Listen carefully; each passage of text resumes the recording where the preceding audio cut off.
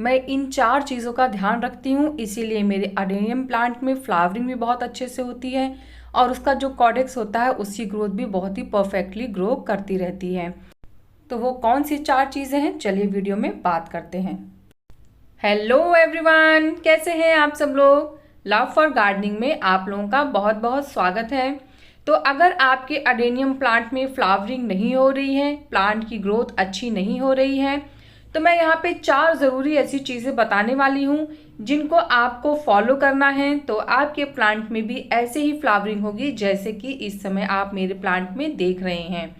तो इस फ्लावरिंग के ख़त्म हो जाने के बाद मैंने अपने प्लांट को कुछ फर्टिलाइज़र दिए हैं, उनकी कुछ केयर की है जो मैं हमेशा रेगुलर बेसिस पे करती रहती हूँ। तो इस समय मेरे प्लांट में कोई भी फ्लावर नहीं खिला है। हाँ, एक प्लांट में थोड़ी सी कलियाँ आनी स्टार्ट हो गई हैं, क्योंकि अभी मैंने कुछ दिन पहले जब उसमें फ्लावरिंग ख़त्म हो गई थी तो मैंने फिर से उसे रिपोर्ट किया था और रिपोर्ट करने के बाद उसको फर्टिलाइज़र दिया था और अब मैं आपको दिखाती हूँ उसमें कलियाँ आनी स्टार्ट हो गई हैं। ये देखिए, छोटी छोटी सी कलियों ने आना शुरू कर दिया है। तो अब मैं अपने दूसरे प्लांट में वही चीज़ फिर से दोहराने जा रही हूँ, तो मैंने सोचा आप लोगों के साथ ये वीडियो ज़रूर शेयर करूँ। सबसे पहला काम क्या करना है, हमें चेक करते रहना चाहिए कि हमारे प्लांट में कोई इंसेक्ट, कोई फंगस कुछ लगा तो नहीं है। जैसे कि मैं दिखाती हूँ आपको, ये आप जो लीव देख रहे हैं, इस लीव के नीचे देखिए किस तरीके के इंसेक्ट हैं। ये मुझे लग रहा है ये किसी इंसेक्ट ने अपने अंडे दिए हैं या फिर ये क्या चीज़ है मुझे नहीं मालूम है। अगर आप लोग जानते होंगे तो मुझे ज़रूर बताइएगा। तो जब मैं अपने प्लांट को चेक कर रही थी, उसकी एक एक लीव हटा के उसको देख रही थी, तब मुझे ये इंसेक्ट दिखे। तो मैंने इनको हटा दिया और इन्हें दूर फेंक दिया ताकि वापस ये मेरे प्लांट में ना आ सके। तो अब मैं क्या करने जा रही हूँ, अब मैं अपने प्लांट को दोबारा से रिपोर्ट कर रही हूँ। वो मैं इसलिए कर रही हूँ क्योंकि मैं चाहती हूँ कि मेरे प्लांट का जो कॉडेक्स है वो थोड़ा सा ऊपर की तरफ आए। साल में या 6 महीने में एक बार आपको अपने प्लांट को इस तरीके से रिपोर्ट ज़रूर करना चाहिए। इससे क्या होता है, जो कॉर्डेक्स है वो ऊपर आ जाता है और बाकी जो नीचे की रूट्स होती हैं वो अच्छे से डेवलप हो पाती हैं। क्योंकि आप देख ही रहे होंगे इसका पॉट, अडेनियम का जो पॉट होता है, हमें वो बहुत गहरा पॉट नहीं लेना चाहिए। हमें ऐसा पॉट लेना चाहिए जिसकी रूट्स अंदर गहराई में ना जाके चारों तरफ ऊपर ही फैली रहे। इससे क्या होगा, इससे हमारा जो प्लांट का रूट है उसमें पानी बहुत ज़्यादा स्टोर नहीं होगा और रूट के सड़ने और गलने के चांसेस भी ख़त्म हो जाएंगे। तो मैंने धीरे धीरे करके अपने प्लांट की सारी सॉइल निकाल ली है और प्लांट के साथ कोई भी ज़बरदस्ती नहीं करनी है। प्लांट को उस आराम से निकालिए ताकि उसकी रूट्स डिस्टर्ब ना हो। तो जैसे कि मेरे प्लांट की रूट काफ़ी हेल्दी और फ्रेश थी, कोई फंगस वगैरह भी नहीं था, तो इसलिए मैंने इसको एज इट इज़ ही लगा दिया था। बट अगर आपके साथ ऐसा कुछ है, आपको लगता है कि आपके प्लांट की रूट में कुछ फंगस की प्रॉब्लम है, तो आप प्लांट की रूट को किसी फंगिसाइड में जैसे 1 लीटर पानी में आप 2 ग्राम फंगिसाइड मिक्स करके और प्लांट को एज इट इज़ पानी में डिप करके 15-20 मिनट के लिए छोड़ दीजिए। उसके बाद आप प्लांट को रिपोर्ट कर सकते हैं। अगर कोई फंगस होगा तो वो ठीक हो जाएगा। अब मैं इसकी सॉइल किस तरीके से तैयार करूंगी, चलिए मैं आपको वीडियो में वो भी बता देती हूँ। तो जैसे कि अगर आपके पास अडेनियम प्लांट है तो आप ये चीज़ जानते होंगे कि इसको वेल ड्रेन सॉइल बहुत ज़्यादा पसंद होती है। तो इसके लिए हमें मिट्टी को पोरस बनाना होगा। पोरस बनाने का मतलब है कि पानी हमारे प्लांट को जब मिले तो जितना हमारे प्लांट को चाहिए उतना प्लांट ले, उसके बाद सारा पानी ड्रेनेज होल से बाहर निकल जाए। तो हमें अपने प्लांट को ओवर वाटर से बचाना है। तो इसके लिए सॉइल किस तरीके से तैयार करनी है मैं आपको बताती हूँ। आप इस समय ही देखिए मेरे प्लांट की मिट्टी कितनी भुरभुरी है।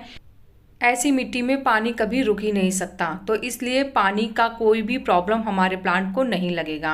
अब क्या करना है, इसमें मैं थोड़ा सा वर्मी कंपोस्ट मिला दे रही हूँ। वर्मी कंपोस्ट इसलिए मिला रही हूँ क्योंकि अब मेरे प्लांट्स को फिर से न्यू ग्रोथ स्टार्ट करनी है, तो ऐसे में वर्मी कंपोस्ट मेरे प्लांट को हेल्प करेगा न्यू ग्रोथ के लिए। उसके बाद सॉइल को और भी ज़्यादा पोरस बनाने के लिए मैं यहाँ पे बजरी का इस्तेमाल कर रही हूँ। आप लोग मुझसे अक्सर पूछते हैं कि बजरी क्या होती है। तो जहाँ भी कंस्ट्रक्शन का काम चल रहा होता है, आप वहाँ पे जाइएगा और उनसे कहिए कि आपको बजरी चाहिए, तो आपको बजरी आसानी से मिल जाएगी बिना पैसा खर्च किए। क्योंकि हमारे यहाँ तो आसपास कुछ न कुछ कंस्ट्रक्शन चलता रहता है, तो मैं वहाँ से ले लेती हूँ, मुझे बहुत आसानी से मिल जाती है। अगर आपको बजरी नहीं मिल रही है तो आप रेत या बालू का भी इस्तेमाल कर सकते हैं। उसके बाद मैंने अपनी सॉइल में फंगिसाइड डाल दिया है। फंगिसाइड डालने से ये होता है कि अगर आपके प्लांट में बाई चांस कोई फंगस वगैरह होगा तो ये फंगिसाइड उस फंगस को ख़त्म कर देगा। इसके बाद अब मुझे कुछ फर्टिलाइज़र अपने प्लांट को देने हैं ताकि हमारे प्लांट की ग्रोथ अच्छे से हो। तो चूंकि मैं रिपोर्ट कर रही हूँ प्लांट को, तो इस समय मैं ऑर्गेनिकल फर्टिलाइज़र ही यूज़ करूँगी।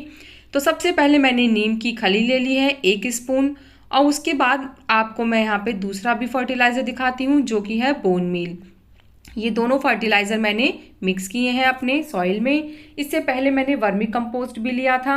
और हाँ, एक चीज़ मैं और बताती हूँ आपको कि जैसे अभी तो मैं इसे रिपोर्ट कर रही हूँ तो इसलिए मैं ये फर्टिलाइज़र दे रही हूँ अपने प्लांट को, लेकिन लगभग 15-20 दिन बाद जब मुझे लगेगा कि मेरे प्लांट ने ग्रोथ स्टार्ट कर दी है, फिर मैं अपने प्लांट को यहाँ पे डीएपी के कुछ दाने और पोटास भी दूंगी।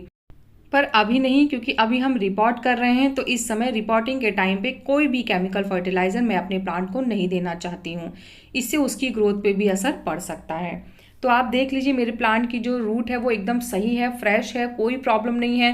तो इसलिए मैं बेवजह उसकी सॉइल को डिस्टर्ब नहीं करना चाहती हूँ, क्योंकि मैं सॉइल छूँगी तो मेरे प्लांट की रूट भी डिस्टर्ब हो सकती है।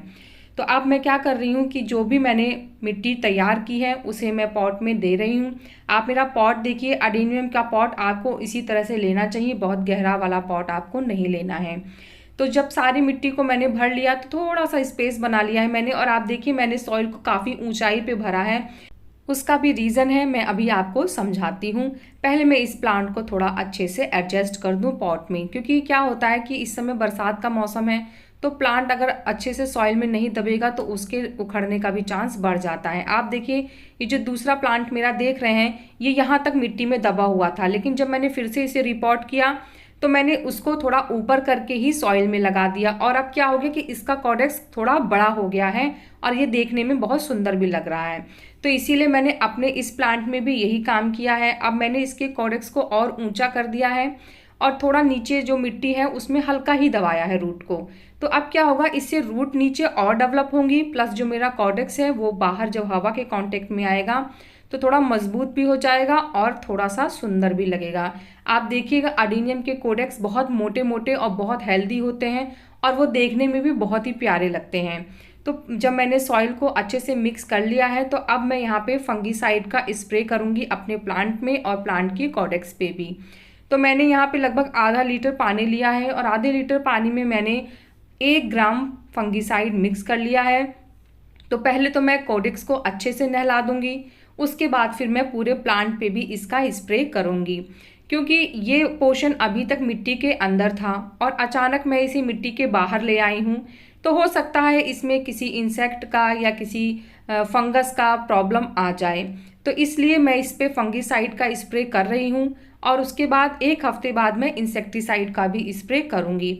स्प्रे करने से क्या होगा कि अब एक लेयर जम जाएगी मेरे प्लांट के चारों तरफ और उसके बाद कोई फंगस वगैरह मेरे प्लांट में नहीं लग पाएगा। क्योंकि अभी बरसात का मौसम है तो रिपोर्ट मैंने कर दिया, क्योंकि बरसात के मौसम में अगर आप प्लांट को रिपोर्ट करते हैं तो प्लांट अपने आप को बहुत ही जल्दी रिकवर कर लेता है और उसमें कोई प्रॉब्लम भी नहीं आती है। तो पहली चीज़ तो ये थी कि हमें अपने प्लांट को हमेशा चेक करते रहना है कि उसमें कोई फंगस तो नहीं लगा है या किसी इंसेक्ट की कोई अटैक तो नहीं हो गई है। दूसरा हमें क्या करना है, दूसरा हमें करना है कि अपने प्लांट को हमेशा ओवर वाटर से बचाना है, क्योंकि अडेनियम के मरने का सबसे बड़ा रीज़न ओवर वाटर होता है। तीसरी चीज़ हमें क्या करनी है, हमें अपने प्लांट को फुल सनलाइट देनी है, क्योंकि इसको जितनी धूप मिलेगी, जितनी गर्मी मिलेगी, ये उतना ही अच्छे से ग्रो करेगा और इसमें फ्लावरिंग भी बहुत ही अच्छे से होगी। चौथी और बहुत ज़रूरी चीज़ है फर्टिलाइज़र, कि हमें प्लांट को कौन सा फर्टिलाइज़र देना है। तो रिपोर्ट करते समय मैंने ऑर्गेनिकल फर्टिलाइज़र दिए हैं, उसके बाद 15 दिन बाद मैं इसे केमिकल फर्टिलाइज़र दूंगी। अभी फ़िलहाल मैं इसको एप्सम सॉल्ट का वाटर दे रही हूँ, क्योंकि मैंने इसे रिपोर्ट किया है और रिपोर्टिंग के बाद जब हम एप्सम सॉल्ट का वाटर देते हैं तो उससे हमारे प्लांट रिपोर्टिंग शॉक से बच जाता है।